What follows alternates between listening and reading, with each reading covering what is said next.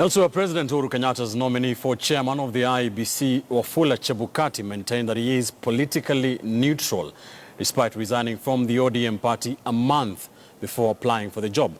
Chebukati was appearing before the National Assembly's Justice and Legal Affairs Committee, which grilled 3 of the 6 nominees for commissioners of the IEBC.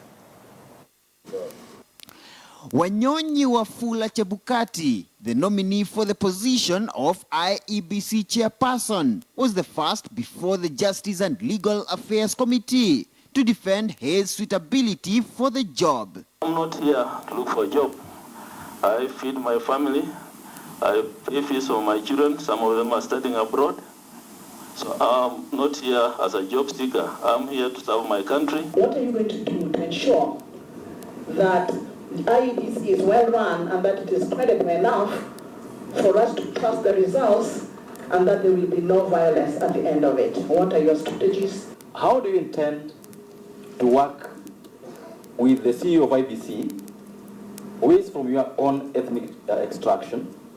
And if it comes to the fact that either of you must leave because of failure, balance and ethnic equation, what will be your take on that? Using your skills, what strategies are you going to put in place to assure the opposition that we're not going to have the rigging in 2017, particularly after the executive the president has ascended to this controversial electoral law? Work through my commissioners.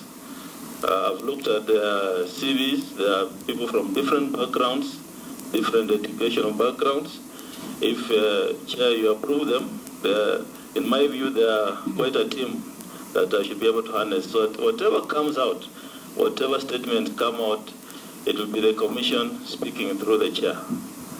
And I want to assure you that I'll not just wake up and make statements like what was made in 2007. But Chebukati's confession that he contested and lost in the Saboti parliamentary election in 2007 on an ODM party ticket before quitting the party late last year evoked debate in the committee. Knowing you've been in ODM for the last not just 10 years, because you competed 10 years back, and it's just last month when you have resigned.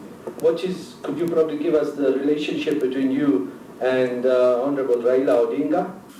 Prior to this appointment, I had resigned from the Orange Democratic Party movement, and I'm not a member of any political party at the moment.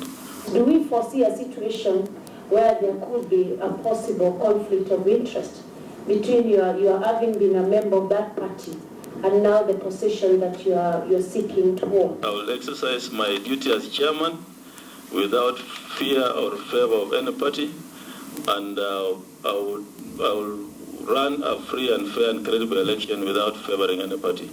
Chebukati was also put to task over his relationship with the former head of the EACC, Philip Kinisu, who was hounded out of office over alleged dubious dealings with the corruption-tainted National Youth Service. Your law firm has handled a lot of cases of NYS. NYS is the epicenter of corruption in this. Not related to Philip Kinisu, as the social media and the mainstream media have said. We are not brothers. We don't come even from the same clan. I met him 2 years ago. And all those things being said in the media are not true. I don't know where they get them from. Nominees for IEBC Commissioner Consolat Nkatha, Boya Molu and Dr. Roslyn Kwamboka also faced the committee. I believe that I've got the qualifications, I believe I've got the capacity, and I believe I can do the job in terms of the role of IEBC and the commissioner which I've applied for. From where I come from, it's not easy to have a godfather.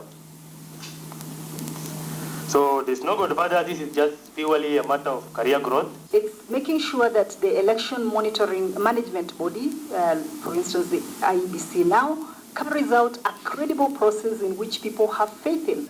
With the 3 remaining IEBC nominees set to appear before the Legal Affairs Committee tomorrow, the debate over the reconstitution of the IEBC will no doubt remain longer on the country's political discourse as the committee prepares to table their report before the National Assembly next week.